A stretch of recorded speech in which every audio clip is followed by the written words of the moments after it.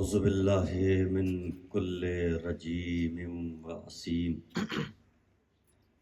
بسم اللہ الرحمن الرحیم الحمد لأہلہ والصلاة علی اہلہا اما بعد فقد قال علی علیہ السلام ان هذه القلوب تملو كما تمل الابدان فابتغوا لها طرائف الحكم صلوات اللهم صل على محمد وعلى محمد وعجل فرجهم۔ آپ کی ضیافت ایمانی کے فرائض انجام دینے کی نیت سے خالق نہج بلاغت مجد آہنگ فصاحت خطیب شب معراج سرمایہ تہذیب انسانی غرور عمرانی لہجہ مشیت جناب امیر مولا غدیر امام المتقین سید المواحدین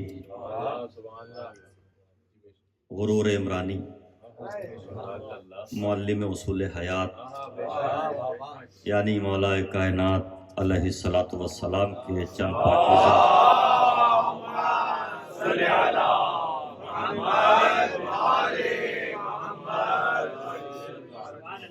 چند مقدس کلمات کی تلاوت کا شرف حاصل کیا ہے، اس یقین کے ساتھ کہ آپ کا ذوق سماعت تعداد سے متاثر نہیں بلکہ استعداد پر کم ہوتی ہے۔ ہمارے یہاں تعداد نہیں استعداد دیکھی جاتی ہے، ہمارے یہاں کثرت نہیں خلوص دیکھا جاتا ہے۔ مولا فرماتے ہیں کہ انا هذه القلوب تملو کما تمل الابدان، دیکھو یہ دل اسی طرح تھک جاتے ہیں جیسے بدن تھک جاتے ہیں، جیسے دل تھک جاتے ہیں۔ یہ وہ امام بول رہا ہے جو کائنات کا دل ہے۔ یہ جملہ میں نے ایسے ہی نہیں کہا، حدیث ہے، حدیث موجود ہے، ان الامام بمنزلۃ القلب فی الجسد، امام کی حیثیت وہی ہوتی ہے اس کائنات میں جو اس پورے بدن میں دل کی ہوتی ہے۔ یہ حدیث قابل غور ہے، یعنی اس کائنات کا دل ہے امام، اور یہ کلیہ ہے کہ اگر دل تھم جائے تو پورا جسم رک جاتا ہے۔ تو پھر مانو کہ اگر یہ کائنات جسم ہے اور زندہ ہے تو کوئی نہ کوئی دل ہے جو دھڑک رہا ہے۔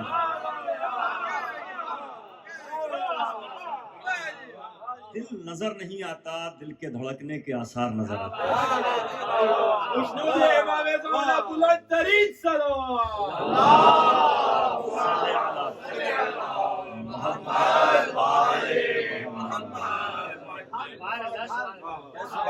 آثار کو دیکھیے تو مؤثر سمجھ میں آئے کہ مؤثر ہے کیا۔ امام جو کائنات کا دل ہوتا ہے اس نے بتایا ہے کہ یہ جسم تھک جاتے ہیں اسی طرح جیسے دل تھک جاتے ہیں۔ ان هذه القلوب، یہ دل تھک جاتے ہیں، کما تمل الابدان، اسی طرح جیسے جسم تھک جاتے ہیں۔ تو میرے مولا فارمولا بھی ہونا چاہیے کہ اگر دل تھک جائے، ذہن تھک جائے تو اس کو جگانے کے لیے فارمولا کیا ہے؟ اس کا رزق کیا ہے؟ تو امام نے فرمایا فَابْتَغُوا لَهَا طَرَائِفَ الْحِكَمِ، جب دل تھکنے لگے تو اسے حکمت آمیز باتیں سناؤ۔ جب دل تھکنے لگے تو حکمت کی باتیں سناؤ، معرفت کی باتیں سناؤ، ولایت کی باتیں سناؤ، رسالت کا تذکرہ سناؤ، عقیدہ توحید پہنچاؤ، تاکہ دل زندہ رہے۔ اس کے معنی یہ ہے کہ دل وہی زندہ ہوتا ہے جس دل میں معرفت زندہ ہوتا ہے، دل وہی زندہ ہوتا ہے جس دل میں ولایت علی زندہ ہے، اور ظاہر ہے کہ جس دل میں ولایت علی نہ ہو اس دل کو زندہ رہنے کا حق بھی نہیں ہے، اس لیے کہ جس دین میں ولایت علی نہ ہو وہ دین مکمل نہیں ہوتا۔ جس دل میں، جس قلب میں ولایت علی کی حرارت موجود نہ ہو، جس دل میں جوہر ولایت آل محمد موجود نہ ہو، وہ گوشت کا لوتھڑا تو ہو سکتا ہے، دل نہیں ہو سکتا۔ وہ گوشت کا لوتھڑا تو ہو سکتا ہے، اور بالکل جیبی گھڑی کی طرح ممکن ہے کہ کھٹکنے کی آواز بھی آتی ہو، لیکن ہر آواز پر یقین نہ کرنا۔ دل وہی زندہ ہے جو دھڑکے تو نام علی کی آواز آئے۔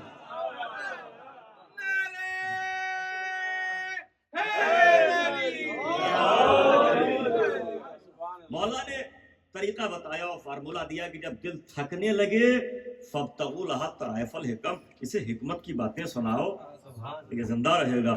یہ فرمان ہے میرے مولا کا، یہ اس علی کا فرمان ہے جو کعبے میں آیا۔ اب اس کا فرمان سنیے کہ کیا ہے۔ اس نے قرآن میں کہا الا بذکر اللہ تطمئن القلوب، آگاہ ہو جاؤ کہ خدا کے ذکر سے دل مطمئن ہو جاتے ہیں، دل مطمئن ہوتے ہیں ذکر خدا سے۔ دونوں باتوں کو ملائیے۔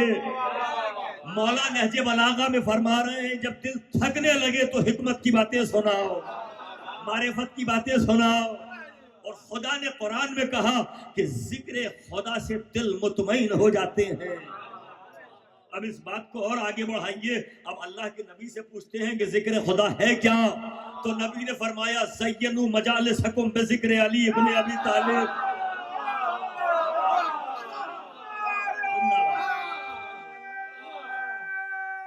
بہت شکریہ۔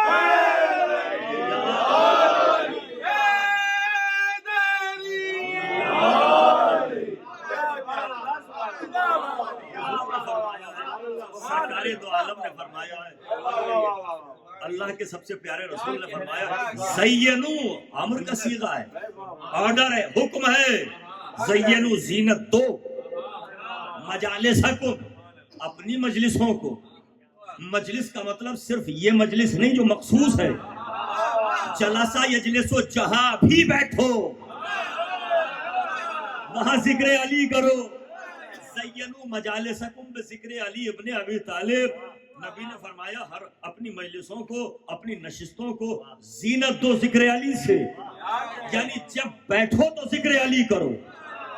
اس کا ایک فائدہ تو میں جانتا ہوں سماجی اعتبار سے کہ کیا ہے، جب بیٹھو گے اور چار لوگ جمع ہوں گے اور ذکر علی کرو گے تو کم سے کم معاشرہ منافقت سے پاک رہے گا۔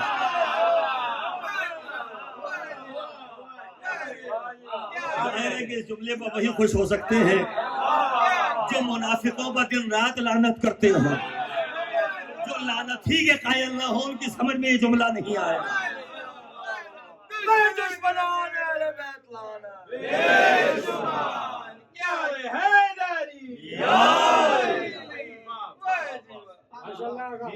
جب چار لوگ بیٹھیں گے اور ذکر علی ہوگا، حکم پیغمبر ہے، جس کے کہنے سے ہم نے قرآن کو قرآن مانا، جس کے کہنے سے نمازیں پڑھی، جس کے کہنے سے روزہ رکھا، جس کے کہنے سے طواف کیا، جس کے کہنے سے ہم نے آدم کو، نوح کو، ابراہیم و اسماعیل کو مانا، اسی نبی نے یہ بھی حکم دیا کہ زینوا مجالسکم بذکر علی ابن ابی طالب۔ آج کا زمانہ بڑا نازک زمانہ ہے، پہلے غیروں سے مناظرہ ہوتا تھا، اب اپنوں سے مناظرے ہو رہے۔ ذرا جگائیے، ذہنوں کو جگائیے۔ میں کچھ کہہ رہا ہوں، ذرا ذہنوں کو جگائیے۔ اور اگر زبان شناس مجمع ہے تو ایک جملہ کہہ کے گزر جاؤں۔ اب داخلی خوارج سے جھگڑا،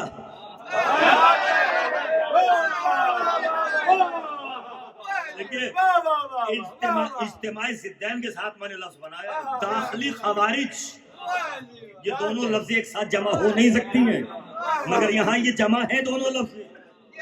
میں خارجیوں کو کچھ نہیں کہہ رہا ہوں، میں داخلی خوارج کو کہہ رہا ہوں۔ ہر زمانے میں دراندازیاں ہوتی رہی، ہر زمانے میں دشمن لباس بدل بدل کے آتے رہے، ہر زمانے میں لوگ چہرے بدل بدل کے آتے رہے۔ دیکھیں ذکر علی کا ایک فائدہ یہ ہوتا ہے کہ یک چہرگی ہوتی ہے۔ اللہ اللہ اکبر میں کیا کہا؟ خدا کی قسم یک چہرگی ہونا چاہیے، ٹرانسپیرنٹی ہونا چاہیے، صاف ستھرا مزاج ہونا چاہیے، جو دل میں ہے وہی زبان پہ ہو، اور اگر دل میں کچھ اور ہے زبان پہ کچھ اور ہے تو منافق کہلائے گا، مومن نہیں کہلائے گا۔ آج کا زمانہ داخلی خواہش سے بڑا جنگ کا زمانہ ہے، کس کس کو کیا کیا سمجھائیں۔ اب نصاب بدلنے کی کوشش ہو رہی ہے، پوری دنیا کے حالات اٹھا کے دیکھیے آپ اس کی کوس تک پہنچیے، جڑ بنیاد و اصل تک پہنچیے کہ اصل میں چاہتے کیا ہیں لوگ۔ جو صدیوں سے آزاداری کا سلسلہ جاری ہے، اب مجھے نہیں معلوم کہ یہاں یہ فارمولہ مجھے بیان کرنا چاہیے یا نہیں، مگر میں نے اپنے نوجوانوں کو اپنے ہندوستان میں ایک فارمولہ بتایا۔ وسیع اصغر کہہ رہے ہیں یہ کرو، اور جواد صاحب کہہ رہے ہیں کہ یہ ہونا چاہیے۔ اب آج کا نوجوان الجھا ہوا ہے کہ دونوں مولویوں میں صحیح مولوی کون سا؟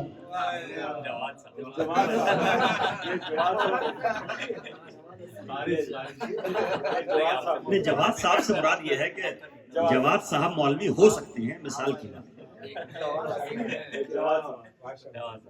اب آپ کا نام مجھے معلوم ہوتا تو مولوی آپ کی مثال ایک آپ کی ہوتی ہوئی، آپ کے عقیدے کے بارے میں جانتا ہوں۔ تو نوجوان پریشان ہے کہ جائیں کدھر۔ میں نے ایک فارمولہ دیا کہ ایک فارمولہ ہے، بیک ٹو بیسکس۔ جب الجھ جائیں تو بیسکس کی طرف واپس چلے جائیں۔ خدا کی قسم میں کچھ کہہ رہا ہوں، اگر آپ ذہنوں کو جگائیں۔ آج الجھے ہوئے ہو کہ یہ صحیح ہے کہ یہ صحیح ہے، وہ صحیح کہہ رہے ہیں کہ یہ صحیح کہہ رہے ہیں، بیسکس کی طرف واپس چلے جاؤ۔ 50 برس پہلے علماء کیا کہتے تھے، 40 برس پہلے منبر سے پڑھا کیا جاتا تھا، جو کل تھا وہی صحیح ہے۔ نہ افراط والے صحیح ہیں، نہ تفریط والے صحیح ہیں۔ میں نے تو بالکل صاف ستھری بات کی ہے، نہ افراط والے صحیح ہیں اور نہ تفریط والے صحیح ہیں۔ نہ افراط کیجئے نہ تفریط کیجئے، اس لیے کہ مولا کا قول ہے لا تر الجاہل الا مفرطا و مفرطا۔ تم جاہل کو نہیں دیکھو گے، جاہل کی پہچان یہ ہے یا تو بہت بڑھ جائے گا یا پیچھے رہ جائے گا۔ جو آگے بڑھ جائے وہ علی کو خدا مانتا ہے، جو پیچھے رہ جائے وہ کچھ نہیں مانتا۔ افراط و تفریط نہ کیجیے، اور یہی مولانا نے فرمایا حالانکہ فیہ رجلان، میرے سلسلے میں 2 لوگ گمراہ ہو جائیں۔ اسی نہج بلاغہ میں یہ سارے کلمات آپ کو ملیں گے۔ آج نصاب بدلنے کی کوشش ہے، مجلس کا نصاب بدل دیا جائے، ممبر کا نصاب تبدیل کر دیا جائے۔ نصاب بدلنے کی کوشش کیوں ہے؟ یہ جتنے اختلافات ہو رہے ہیں، بھیا میر انیس کی شخصیت کوئی چھوٹی شخصیت نہیں ہے۔ اب میر انیس کے خلاف بات آنے لگی، میر انیس کے خلاف بھی بات شروع ہو گئی۔ پہلے تو نوجوانوں کو ایک بات بتاتا چلے کہ دیکھیے میر انیس علی اللہ مقامہ بہت بڑا مرتبہ ہے۔ مرزا دبیر، ایک لفظ استعمال کروں، یہ وہ ہیں جو پیغمبران سخن ہیں، یہ وہ ہیں جو پیغمبران سخن ہیں، یہ وہ ہیں جو جوشن کبیر و صغیر کی حیثیت رکھتے ہیں۔ ان کا بڑا مرتبہ ہے، یہ مؤید بارگاہ معصومین علیہ السلام۔ اب ان کے خلاف بات آنے لگی۔ اصل میں کل تک تعریف کرنے والے اب ان کے خلاف بات کرنے لگے۔ کل ہم تعریف کے بھی گواہ ہیں اور آج اعتراض پر بھی ہم گواہ بنے جا رہے ہیں۔ ہمیں معلوم ہے کہ ان کی تعریف ہوتا کیا ہے، ہوتا یہ ہے کہ نصاب ہٹاؤ جو صدیوں سے چلا آ رہا ہے، جب تک یہ نصاب نہیں ہٹے گا ہم جو نصاب لانا چاہتے ہیں وہ نہیں آئے گا۔ بھیا انقلابی نصاب وہی ہے جو حسینیت کی طرف دعوت دیتا ہے۔ میر انیس کے اشعار پر کہنگی طاری نہیں ہوتی، صدیاں گزر گئی ہیں، میر انیس کا کلام میر انیس کا کلام ہے۔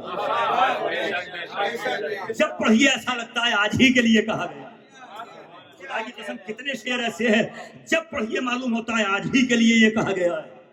کہتے ہیں چشمے فرماتے ہیں کہ دیدہ پورنم سے سنبھالے نہ گئے، ایک مصرع ہے، اشک غم دیدہ پورنم سے سنبھالے نہ گئے، یہ وہ بچے ہیں جو ماں باپ سے پالے نہ گئے۔ ایسا لگتا ہے آج ہی کے لیے کہا ہے۔ عباس مر گئے، علی اکبر جدا ہوا، ہم سے کسی نے یہ بھی نہ پوچھا کہ کیا ہوا. جب پڑھیے ایسا لگتا ہے آج ہی کے لیے کلام کہا گیا. اور رہی بات یہ کہ دیکھیے اب میں اس قبیلے کی طرف متوجہ ہوں جو فیس بک اور سوشل میڈیا پر جسے 19 اور 19 پڑھنا نہیں آتا.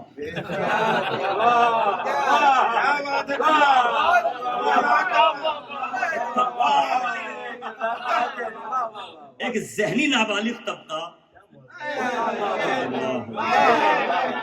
ایک ذہنی نابالغوں کا قبیلہ جسے لکھ کے دیا جائے تو اسے یہ نہیں معلوم کہ اسے 19 پڑھنا ہے کہ 19 پڑھنا ہے. وہ بھی میر انیس کے خلاف بولے چلے جا رہے، وہ بھی بولے چلے جا رہے بلا وجہ. مقصرین کو بلا وجہ ایک شوشہ مل گیا، ایک موضوع نکل آیا ہے، وہ بھی خلاف بول رہے ہیں. میرے پاس ہندوستان سے نہ جانے کیسے کیسے لوگوں کے بیانات آ رہے ہیں، اور وہ کہہ رہے ہیں صاحب وہ میر انیس نے جو فرمایا تھا کہ سندل سے مانگ بچوں سے گودی بھری رہے، یار اب رسول پاک کی کھیتی ہری رہے. تو یہ سندل کہاں ہے شریعت میں اور آل محمد کے گھرانے میں؟ یہ کب ہوا کہ سندل لگایا گیا؟ بس اسی بات کا جواب سنیے. پہلی بات تو یہ ہے کہ میر انیس کا کمال یہ ہے کہ میر انیس نے کربلا کو ہندوستانی تہذیب کے آئینے میں پیش کیا ہے. شاید کہ میں جواب مکمل کر چکا ہوں. ہندوستانی تہذیب کے آئینے میں کربلا کو پیش کیا ہے میر انیس نے. نفسیات کے قریب آ کے مصرے کہے ہیں. اور یہ شاعری استعاروں کا نام ہے، شاعری کنایوں کا نام ہے. ہر علم کی ایک اصطلاح ہوتی ہے، ہر علم کی ایک زبان ہوتی ہے. فزکس کی اپنی زبان ہے، کیمسٹری کی اپنی زبان ہے، میتھمیٹکس کی اپنی زبان ہے، منطق کا اپنا لہجہ ہے، فلسفے کی اپنی اصطلاحات ہیں. حکمت و فلسفے سے شناسائی رکھنے والے افراد جانتے ہیں کہ کیا ہے حکمت و فلسفے کی زبان. اب مرزا دبیر کی بات سن لیجئے، بات آ گئی تو مرزا دبیر کے لیے بھی سنیے. مرزا دبیر وہ شاعر جو باقاعدہ پڑھے ہوئے شاعر تھے، جنہوں نے حکمت و فلسفے کو بھی باقاعدہ پڑھا، بہترین نظر تھے حکمت و فلسفے. بعدس فنا نہ جسم مثالی ملے مجھے. اب یہ جسم مثالی کی خود ایک بحث ہے. علماء سے پوچھئے کہ جسم مثالی کی بحث کیا ہے. مرزا دبیر کہہ رہے ہیں بعدس فنا نہ جسم مثالی ملے مجھے، ہاں ذل رحمت شہ علی ملے مجھے. یہ مرزا دبیر کہہ رہے ہیں. مرزا دبیر کے یہاں آپ کو اصطلاحات ملیں گی. مرزا دبیر کے یہاں آپ کو یہ پتا چلے گا کہ کتنے علوم کی اصطلاحات انہوں نے لا کے سمیٹ کے رکھ دی جب انہوں نے اپنے تخیلات کو عروضی اسلوب بخشا. کوہ ندا کے قریب بیٹھ کر اپنے تخیلات کو جب لفظوں کا پیکر عطا کیا، جب قافیے میں ڈھالا، تو اس انداز سے کہا کہ نقش و نقوش کاتب و خط بانیوں بنا. نقش نقوش کاتب خط بانی بنا. نقش و نقوش کاتب و خط بانیوں بنا، بود و نبود ذات و صفت ہستی و فنا. آدم ملک زمین و فلک گرد و کیمیا، دنیا و دی حدوث و قدم بندہ و خدا. حدوث بھی قدم بھی. اب یہ 4 مصرے آپ نے آہستہ سن لیے. بیت اگر آہستہ آپ سن لیں تو ممبر پہ آنے کا فائدہ کیا ہے. کہتے ہیں نقش و نقوش کاتب و خط بانی و بنا، بود و نبود ذات و صفت ہستی و فنا. آدم ملک زمین و فلک گرد و کیمیا، دنیا و دی حدوث و قدم بندہ و خدا. سب شاہد کمال شہ مشرقین ہیں، سب شاہد کمال شہ مشرقین ہے. جب تک خدا کا ملک ہے مالک حسین.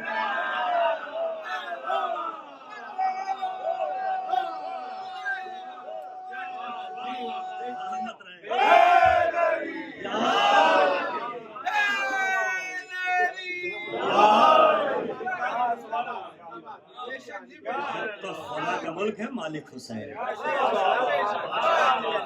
سب شاہد کمال شہ مشرقین ہے. جب تک خدا کا ملک ہے مالک حسین ہے. یہ مرزا دبیر کا کم سے کم وہ دعوے کرنے والے حضرات جنہیں یہ دعوے ہیں کہ جو غرور علمی کے ساتھ منبر پاتے ہیں، جن کے یہاں تکبر و رانائی جزو فطرت بن چکی ہے، کیا تمثیل ہے، کم سے کم انہیں تو سمجھنا چاہیے کہ مرزا دبیر کس شخصیت کا نام ہے۔ مرزا دبیر نے، دیکھیے فلسفے میں، حکمت میں جو لوگ جانتے ہیں وہ جانتے ہیں، ایک بحث آتی ہے متناہی و غیر متناہی، اور پورا ایک سلسلہ ہوتا ہے، اسے سمجھانے کے لیے ایک سیڑھی قائم کی جاتی ہے، اور سیڑھی کو کہتے ہیں سلم اور برہان سلمی، اور پورا ایک سلسلہ ہوتا ہے، کہتے ہیں مرزا دبیر نے مولا کی نہیں، مولا کی ذوالفقار کی تعریف کی، علی کی نہیں، علی کی تلوار کی تعریف کی، اور کہتے ہیں کہ شمشیر آبدار تناہی کو کھوتی تھی، شمشیر آبدار تناہی کو کھوتی تھی، برہان سلمی کی نہ تطبیق ہوتی تھی۔ مرزا دبیر ہی کیسی عظیم شخصیتیں ہیں۔ مقصد یہ ہے کہ مرزا دبیر کو ہٹاؤ، میر انیس کو ہٹاؤ، جو صدیوں سے سلسلہ چلا آ رہا ہے، نصاب کو بدلو تاکہ نیا نصاب اپنی منشا مافق ہم ممبر پر پیش کر سکیں۔ بس میں تو ہاتھ جوڑ کر یہی جملہ کہہ رہا ہوں، بیک ٹو بیسکس کے فارمولے کو دیکھیے۔ بزرگ علماء نے کیا کیا؟ کل ممبر پر علامہ رشید ترابی تھے، ممبر پر علامہ طالب جوہری تھے، ممبر پر خطیب اکبر مرزا محمد اطہر تھے، کیسے کیسے عظیم نام تھے، کیسے کیسے عظیم نام تھے۔ ممبروں سے جو علماء نے پہنچایا ہے وہی ایک طریقہ ہے۔ اور سنیے، ہم ممبر پاتے ہیں، ہم نثر میں پڑھ رہے ہیں آپ کے سامنے، بھلے کتنی اچھے الفاظ آ جائیں، کتنے ہی اچھے تخیلات آ جائیں، لیکن ہم نثر میں بول رہے ہیں۔ امام نے جب فرش عزا بچھایا، امام سے بہتر کوئی مرثیہ سنا نہیں سکتا، مگر امام نے مرثیہ کہنے والے کا مرتبہ بتایا، خود فرش پر بیٹھے، شاعر کو ممبر پر بٹھایا۔ جن کے مرتبے اتنے بلند ہوں، ان کے خلاف بولنے سے پہلے کئی مرتبہ سوچئے، اچھی طرح سوچئے۔ ہاں، بات کہنے کے کچھ طریقے ہوتے ہیں، بات کہنے کے کچھ انداز ہوتے ہیں۔ آپ کو کسی لفظ سے اگر اختلاف ہے تو ایک بات اور سنیے، نوجوانوں سے کہہ رہا ہوں، نوجوانوں ایک بات پر غور کرنا، الفاظ اپنے زمانے کے اعتبار سے اپنی آبرو کھو بیٹھتے ہیں۔ 50 سال پہلے ایک لفظ بولا جاتا تھا، اچھا سمجھا جاتا تھا، آج وہ اچھا نہیں سمجھا جاتا۔ 100 سال پہلے کوئی لفظ اچھا تھا، آج نہیں۔ قریب آگے سمجھاؤں، لفظ اخباری بڑا معتبر لفظ تھا۔ سرکار مجلسی علیہ الرحمہ جیسے علماء کے لیے بولا جاتا تھا کہ وہ اخباری عالم، لیکن چند چھچوروں نے اسے بدنام کر دیا۔ لفظ ملا بہت اچھا لفظ تھا، ملا باقر مجلسی، ملا صدرہ، ملا جامی، کیسے کیسے علماء کو ملا کہا جاتا۔ آج لفظ ملا بدنام ہو گیا۔ اور قریب آ جاؤں، لفظ خلیفہ، پہنچ گئے آج جملے کی گہرائی۔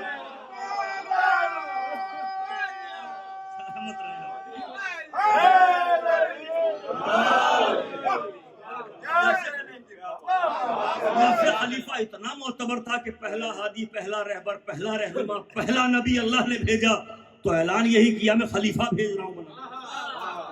لیکن یہ لفظ خلیفہ جب کچھ لوٹیروں نے لوٹا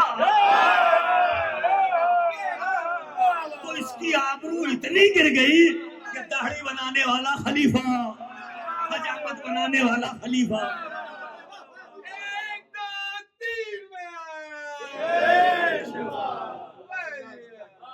لفظ کی آبرو گری، لفظ خلیفہ اللہ نے کتنا معتبر لفظ، سماج اور معاشرے میں گر گیا وہ لفظ۔ لفظ اخباری، لفظ ملا، اور بھی لفظ تلاش کر لیجئے گا، ایسے الفاظ ہوتے ہیں۔ تو میر انیس نے جس زمانے میں بیوہ کے لیے لفظ ران، جو سنسکرت کی لفظ ہے، استعمال کی ہے، اس زمانے میں وہ لفظ برا نہیں سمجھا جاتا تھا، اس زمانے میں اس لفظ کی آبرو تھی۔ میر انیس صلی اللہ مقامہ نے سے استعمال کیا۔ بات کو ایسے بھی کہا جا سکتا تھا، دیکھیے بات کہنے کا ایک طریقہ ہو، بات کو ایسے بھی کہا جا سکتا تھا کہ بھئی جس زمانے میں میر انیس صلی اللہ مقامہ نے یہ لفظ استعمال کیا، وہ زمانہ اور تھا، اور میر انیس کو حق تھا کہ وہ استعمال کریں، مگر آج کے ادیبوں سے گزارش ہے کہ آج نہ استعمال کیا جائے۔ پیغام پہنچ جاتا. بات کہنے کا یہ بھی طریقہ ہو سکتا ہے نا. اور دوسرا طریقہ یہ ہے کہ مرزا دبیر کے اگر آپ کو چند بندوں کا اعتراض ہے، یہ بالکل اسی طرح سے ہے جیسے اقبال کا شکوہ پہلے آیا اور جواب شکوہ بعد میں آیا. آپ کا اقبال تو بلند ہے نا ماشاءاللہ.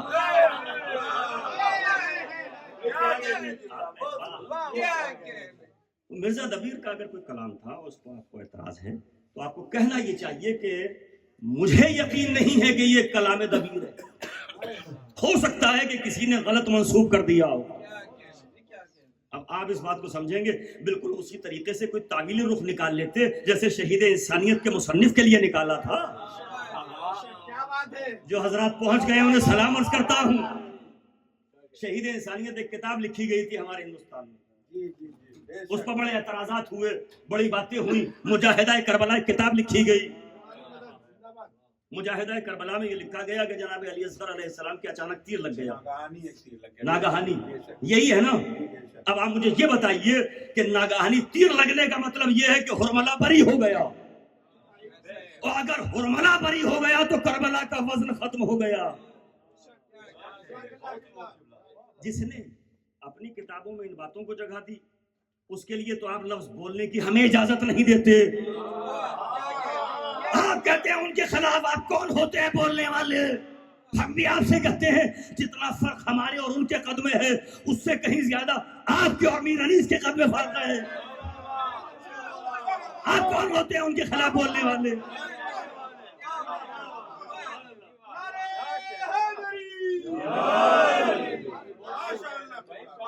دیکھیے اس کو آپ منفی رخ سے نہ سمجھیے. ایراد اور اعتراض طالب علم کا بنیادی حق ہوتا ہے. اگر طالب علم ایراد نہیں کرے گا اور اعتراض نہیں کرے گا تو پھر علم جامد ہو جائے گا، تحقیق نہیں ہوگی، تخلیقی صلاحیت پیدا نہیں ہوگی.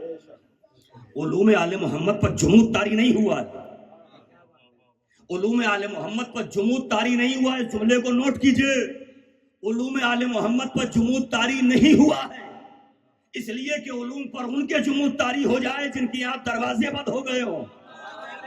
ہمارے یہاں تحقیق کے دروازے کھلے ہوئے ہیں.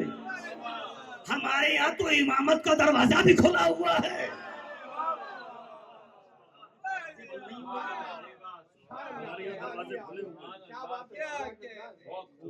یہ باتیں پہنچانا ضروری ہے کہ دیکھیے ہر زمانے کا ایک علم ہوتا ہے. ہر زمانے کے اعتبار سے لوگ ترقی کر رہے ہیں. الفاظ ادھر سے ادھر ہوتے ہیں. الفاظ کی آبرو بڑھ بھی جاتی ہے، الفاظ کی آبرو گھٹ بھی جاتی ہے. الفاظ اپنی عزت و آبرو کھو بھی لیتے ہیں. پھر کسی بات کو سوچ سمجھ کے اعتراض کیا جانا چاہیے. بات کوئی بھی سوچ سمجھ کے اعتراض ہونا چاہیے کہ ہم کس پر اعتراض کریں. ہاں اعتراض بنیادی حق ہے. اچھا پھر شاعری تو تخیلات کا نام ہے. یہ بھی سنیے شاعری عیب نہیں ہے. اب آپ کو یہ بھی بتانے کی کوشش کی جا رہی ہے کہ شاعر تو یوں ہی غیر ذمہ دار ہوتے ہیں. شاعری عیب نہیں، شاعری نکلا ہے شعور سے. جو صاحبان شعور ہوتے ہیں انہی کے سمجھ میں شعر آتے بھی ہیں. شاعری کی بات انہی کے سامنے کی بھی جاتی ہے. اس بات کو موضوع بنا لیا جاتا ہے کہ صاحب حضور کے لیے قرآن میں آیت ہے، وہ بھی ضروری ہے. اگر نبی کے لیے یہ بندش اور پابندی نہ ہوتی کہ نبی شاعر نہیں. پہلی بات تو یہ کہ شاعری شعور سے کون سا شعور ایسا ہے جو میرے نبی کے قدموں میں سجدہ ریز نہیں ہے. کچھ کہہ رہا ہوں، ذرا ذہنوں کو جگائیے. ہم اسے شعور ہی نہیں مانتے جو نبی کے قدموں میں نہ آئے. جو رسول کے دروازے پر سجدہ ریز نہ ہو اسے ہم شعور نہیں. شعور ہی وہ ہے جو نبی کے قدموں میں آ جائے. تو پھر نبی کے لیے یہ پابندی اصل میں یہ بھی ضروری تھا. اگر یہ اعلان نہ ہوتا تو قرآن کو لوگ اختراع محمدی سے تعبیر کرتے. لوگ کہتے شاعر ہے خود بنا لیا، آیت خود بنا لی، سورہ خود بنا لیے. اس لیے اللہ کو عصمت تکلم پیغمبر کی قسم کھانا تھی. اللہ کی قسم اس بیدار مجمع میں گفتگو کرنے کا لطف مجلس پڑھنے والے تو خطبہ مجلس پڑھتے رہتے ہیں، میں تو گفتگو کرنے کے لیے حاضر ہوا ہوں۔ جس نبی کی عصمت تکلم کی قسمیں قرآن نے کھائی ہیں، عصمت تکلم کی قسمیں خدا کھاتا ہے۔ لوگ یہ کہتے ہیں کہ یہ شاعر ہے، اور انہوں نے اپنے پاس سے بنا لیا ہے، پہلے ہی مہر لگا دی۔ اور اگر شاعری بری ہوتی تو دیوانے علی نہ ہوتا۔ میرے جملے کو یاد رکھیے گا، شاعری کو برا نہ سمجھنا، شاعری شعور ہے۔ معصومین کے کلام موجود ہیں، معصومین علیہ السلام نے شعر کہے ہیں، بی بی کا کلام موجود ہے، مرثیے موجود ہیں، ائمہ نے اشعار کہے ہیں، اور جو اپنے قریبی شعراء ہیں ان کے کلام میں اضافے بھی فرمائے ہیں۔ شاعری کو برا نہ سمجھنا، شاعری بری نہیں ہو، ہر جگہ شاعری بری نہیں ہوتی۔ اب چونکہ بات شاعری کی ہے تو قافیے میں ایک بات کہہ جاؤں، جمالیاتی شاعری اور ہوتی ہے، ادبی شاعری، جمالیاتی شاعری، مذہبی شاعری، یہ وہ شاعری جو عاشق آل محمد کرتے ہیں، عاشقان آل محمد، یہ عشقیہ شاعری، اس کا نصاب مودت آل محمد، یہ آل محمد علیہ السلام کے عشق میں سرشار لوگ جو شاعری کرتے ہیں اور اس کے بعد ان کی مدح خوانی کے شرف سے مشرف ہوتے ہیں، کیا کہنا اس شاعری کا۔ خدا کی قسم الفاظ مر جاتے ہیں جو ان کے دروازے سے دور رہتے ہیں، شاعری ختم ہو جاتی ہے اگر ان کے دروازے پر نہ آتی۔ شاعری زندہ اس لیے ہے کہ کربلا کا دامن تھام لیا، کربلا کا دامن شاعری کے ہاتھ میں نہ ہوتا شاعری مردہ ہو گئی ہوتی۔ ہر شاعری بری نہیں ہوتی، قافیے میں جملہ سنیے، جس شاعری کی مذمت کی گئی ہے وہ اور ہے، جسے معصومین نے تائید کی نظر سے دیکھا وہ اور ہے، دونوں شاعریاں اور ہیں۔ میں جملہ بدل کے ایسے کہتا ہوں، جو میخانوں میں لے جائے وہ شاعری اور ہے، جو عزا خانے میں لائے وہ شاعری اور ہے۔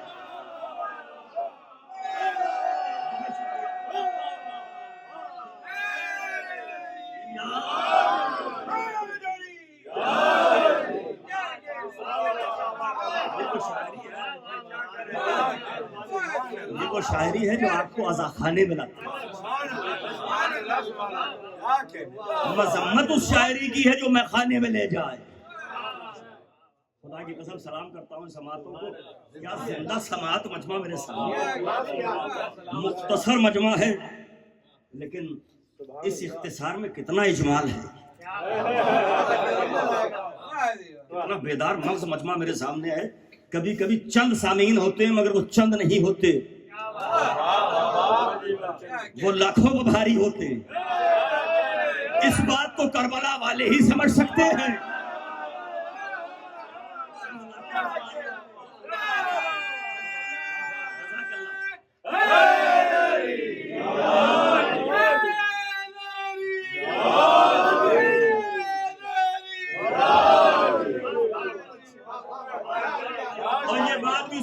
یہ بات بھی سنیے، صحرا میں جانور بہت ہوتے ہیں مگر شیر چند ہی ہوتے ہیں۔ دونوں شیروں کی تعریف ہو گئی، عین والا بھی اور یہ والا بھی، شیر چند ہی ہوتے ہیں۔ خدا کی قسم جو آل محمد کے دروازے پر آ جائے وہی قابل عزت ہے۔ شاعری مر جاتی اگر ان کے دروازے پر آ، ادب زندہ ہے ان کی وجہ سے۔ اور میں تو ایک بات اور کہتا ہوں، یورپ، امریکہ، فار ایسٹ، آسٹریلیا، ان ممالک کا سفر کیجئے تو یہ نتیجہ نکلتا ہے کہ گھروں میں بھی اردو بولنے کی توفیق نہ ہوتی اگر آزاداری نہ ہوتی۔ ارے میں نے کیا جملہ ہدیہ کیا، اور اس پیغام کو دست ادب جوڑ کے کہہ رہا ہوں، اس پیغام کو آگے پہنچائیے، گھروں میں اردو بولیے تاکہ نسلیں انگریز نہ ہو جائیں۔ گھروں میں اردو بولیے اور اچھے سے اردو بولیے۔ گھروں میں اب تو سوشل میڈیا کا زمانہ، یوٹیوب وغیرہ پہ سب چیزیں موجود ہیں. اپنے بچوں کو ترغیب دلائیے، تشویق پیدا کیجیے، لائیے، انہیں بتائیے کہ دیکھو اپنی زبان کو کبھی فراموش نہ کرنا. جب سادات اکرام عرب سے ہندوستان آئے، خدا کی قسم ایک بات کی طرف متوجہ کر رہا ہوں، جو نقصان ہو چکا اس کی طرف متوجہ کروں تاکہ آنے والے نقصان سے محفوظ رہا جا سکے. مبلغ کا کام ہوتا ہے کہ وہ لوگوں کو بتاتا رہے، قدم قدم پر بتاتا رہے. جب کل عرب سے ہم لوگ آئے، سادات اکرام یہاں تشریف لائے، عربی بولتے ہوئے آئے، فصیح و بلیغ عربی، خاندان رسالت سے تعلق، کیسی عربی بولتے ہوں گے؟ ذرا سوچئے، اگر گھروں میں عربی بولی جاتی اور بچوں کو عربی زبان سکھائی جاتی، سکھانے کی ضرورت نہیں تھی. اگر گھروں میں خود ماں باپ عربی بولتے تو پھر ہمیں مدرسوں میں جا کے محنت کرنے کی ضرورت نہ ہوتی. آپ دور نہ جائیے، آپ کے یہاں بھی یہ سکھ حضرات ہوں گے ہندوستان سے آئے ہوئے، یہ اپنے گھروں میں اپنی زبان بولتے ہیں، ان کے بچوں کو ان کی زبان آتی ہے. خدا کی قسم اردو اس لیے بھی بولیے تاکہ فروغ اعضاء میں نسلیں کام آئیں، یہ نسلیں حصہ لیں. میں نے اس دن علمدار میں یہ بات کہی تھی، ہمیں یہ تو فکر ہوتی ہے کہ ہمارا مادی وارث کون ہوگا، بینک بیلنس ہے، پراپرٹی ہے، وارث کون ہوگا. روحانی وراثت منتقل کر کے جاؤ. کبھی یہ بھی تو سوچو، ہم فرشی اعضاء پر بیٹھ کے داد دیتے ہیں، ہمارے بعد بچہ بیٹھے گا کہ نہیں بیٹھے گا؟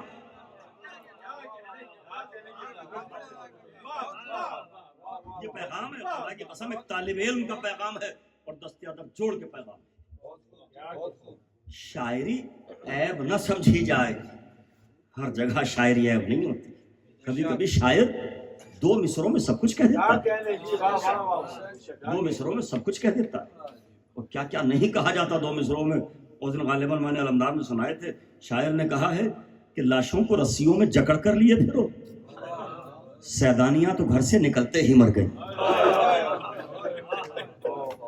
پلٹ گئے، رونے لگے آپ، تڑپنے لگے آپ سینے اور سر پر ہاتھ مار کے رو رہے ہیں. ابھی تو میں نے کوئی مصائب کا جملہ بھی نہیں سنا. بس عزیزو، مجلس ہوتی ہی اس لیے ہے تاکہ اس بیوی کو پرسا دیا جائے جو ایک رومال لے کے آپ کے آنسوؤں کے انتظار میں. جزاک اللہ، اجرکم اللہ. خدا آپ کی توفیقات اعضاء بقا اور ولا میں اضافہ فرمائے. یہ چراغ گل کر دیے گئے ہیں، یہ اندھیرا ہو گیا ہے، مگر یقین رکھیے کچھ دیر کے بعد روشنی واپس آ جائے گی. ہائے حسین کی یتیمہ، ہائے سکینہ، آج بھی زندان شام کے اندھیرے قید خانے میں، زندان شام میں ہے، اندھیرے قید خانے میں ہے. اجرکم اللہ. آج میں آپ سے پوچھوں کس لیے جمع ہوئے ہو؟ پوسٹر میں نہیں پڑھا کیا عنوان ہے؟ آج اس حسین کا دسواں ہے جس کا لاشا بے گور و کفن پڑا ہوا ہے. آج 72 کا دسواں منانے کے لیے آئے ہو. آج لیلا کے کڑیل جوان کا دسواں، آج فروا کے قاسم کا دسواں، آج زینب کے اون و محمد کا دسواں ہے، آج حر جری کا دسواں ہے، مسلم ابن اوسجا کا دسواں ہے، سعید اور عابد سے شاکری کا دسواں ہے، انصار حسین کا دسواں ہے.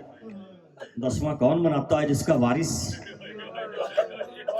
سلامت رہ جائے یا جس کے وارث کے ہاتھ کھلے ہوئے ہوں. جزاک اللہ. کون تھا جو دسواں مناتا؟ آپ نے دسواں منایا، خدا آپ کی توفیقات میں اضافے فرمائے.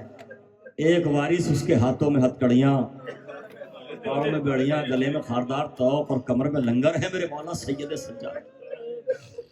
بس عزیزو سنیے اور چند منٹ سنیے، اس لیے کہ جو رونے کی نیت کر کے آتا ہے اسے طویل روایت کی ضرورت ہے. جو گھر سے سوچ کے آتا ہے نا کہ بیوی کو پرسا دینا، اس کے لیے چند ہی جملے کافی ہیں. لٹا ہوا قافلہ 11ویں محرم کو کربلا سے چلا، ایک رسن اور 12 گلے. یہ جملہ کہہ دینا کافی ہے، لیکن اس جملے کی گہرائی تک پہنچیے اور سوچئے کہ ایک رسن میں 12 گلے ہیں. تو کچھ وہ ہیں جو بڑے ہیں اور کچھ وہ ہیں جو بچے ہیں. سمجھ میں آیا میں کہنا کیا چاہ رہا ہوں؟ یعنی جس رسن میں بیویوں کے گلے بندھے ہیں اسی رسن میں بچیوں کے گلے بندھے ہوئے ہیں. سکینہ پر کیا گزر رہی ہوگی؟ مسلم کی یتیمہ پر کیا گزر رہی ہوگی؟ بس عزیزو، آج ننھے مجاہد علی اصغر کا بھی تو دسواں ہے نا.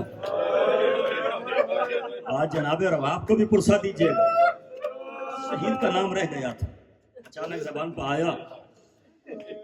سنیے اور تجزیاتی انداز سے ذکر مصائب سنیے. بات آ گئی ہے تو سن لیجیے اور اسی پر بات کو ختم کروں گا. علماء نے لکھا کہ رباب اصغر کی ماں بہت کم سخن تھی، زیادہ نہیں بولتی تھی. آل محمد کے گھرانے میں سب کم سخن ہیں. کم سخن کے معنی یہ نہیں ہے کہ نہیں بولتے، جب تک ضرورت نہ ہو بولا نہیں جاتا. لیکن رباب کے لیے کم سخن ہونے کا تصور کیوں پیش کیا گیا؟ معلوم ہے کیوں پیش کیا گیا؟ بس اس کی ایک وجہ میرے سمجھ میں آتی ہے، اس پر غور کیجیے گا. رباب اس لیے خاموش رہتی ہیں کہ زمانے کے امام کے سامنے کیا بولیں. یہ احترام اور تعظیم کا عنصر غالب ہے. امام وقت کے سامنے بولیں تو کیا بولیں. اور بتاؤں، دلوں پہ ہاتھ رکھیے، 10ویں محرم تک اس لیے نہیں بولی کہ امام کے سامنے بولیں تو کیا بولیں. جب 11ویں محرم کو قافلہ چلا تو ثانیہ زہرا قافلے کی میر کارواں بنی ہوئی. جانتی ہیں کہ یہ سیدہ کی جگہ پر ہے، یہ ثانیہ زہرا ہے. اب جناب زینب کے سامنے کیا بولیں؟ اس لیے خاموش رہتی ہیں. جو شہزادی کا حکم ہوگا وہی آخری حکم کہلائے.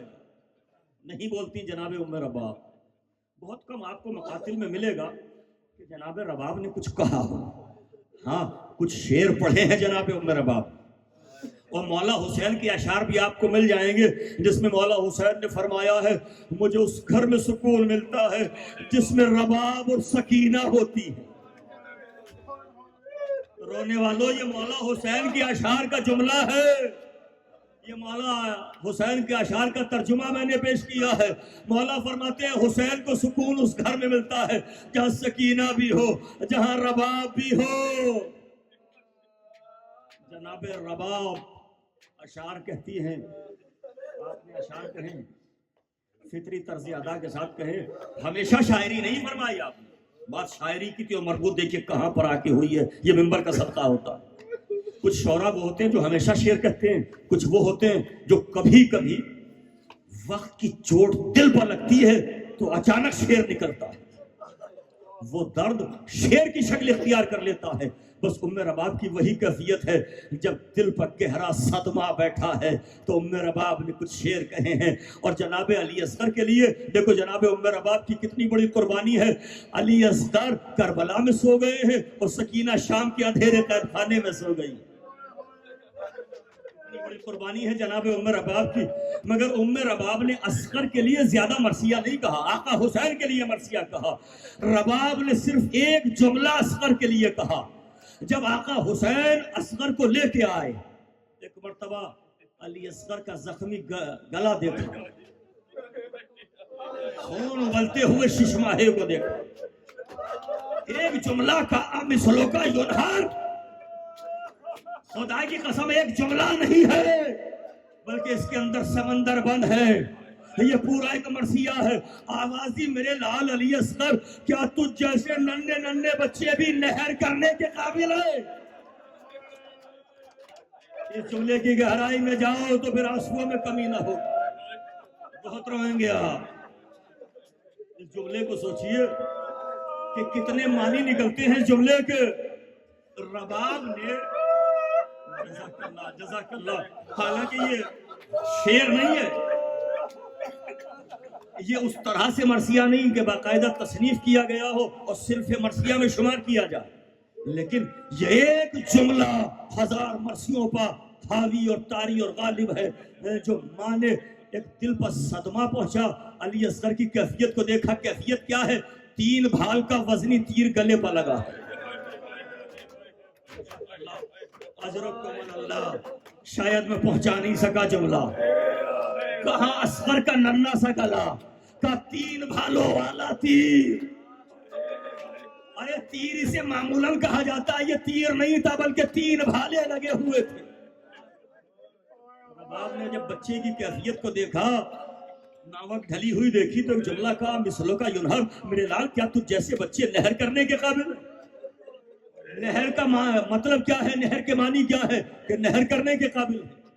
اس میں ایک کیفیت تو یہ ہے, شاید رباب کہنا چاہتی ہیں اصغر تو 6 مہینے کا بچہ, 3 دن کا بھوکا اور پیاسا بچہ تھا. مطلب رباب کہنا یہ چاہتی ہے کہ جس بچے کو ایک تیز ہچکی کافی ہو مرنے کے لیے,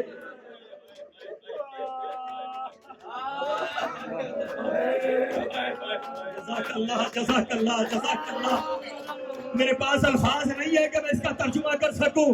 ماں کہنا یہ چاہتی ہے یہ اتنا نازک سا بچہ ہے, یہ کئی روز کا بھوکا اور پیاسا ہے کہ اگر تیز ہچکی آ جاتی مرنے کے لیے کافی تھی.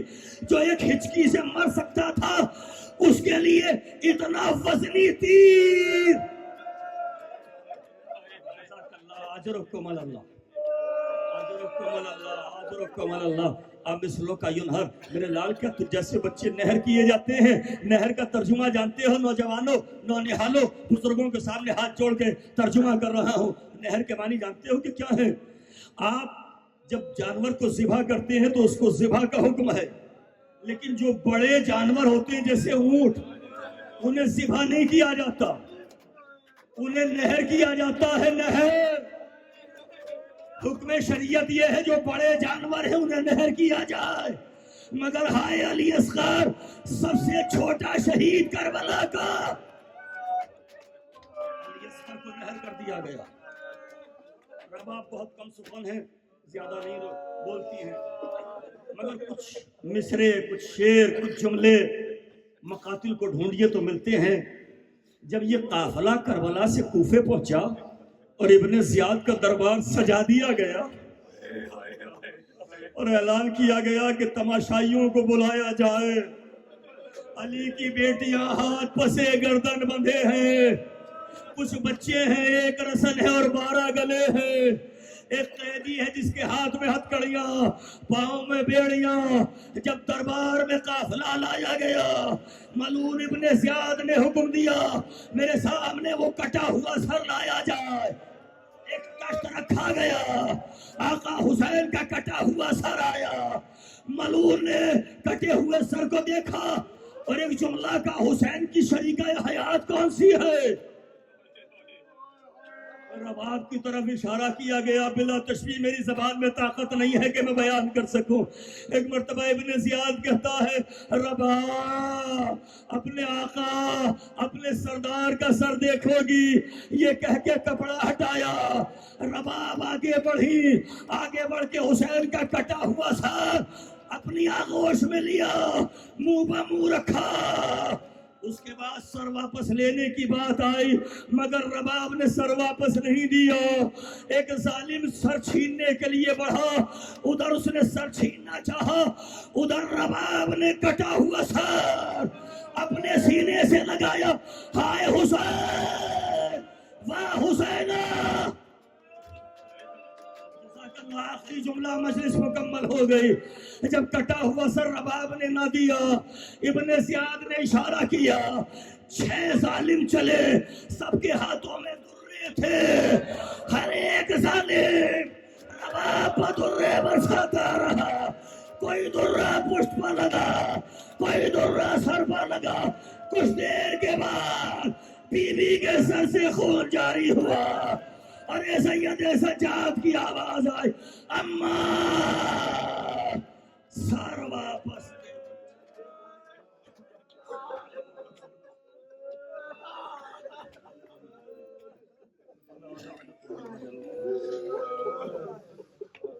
الہی بحق زہرا و ابیہا و بالہا و بنیہا والسر المستودع فیہا. پروردگار ان آوازوں پر اپنی نعمتیں, رحمتیں اور برکتیں نازل فرما.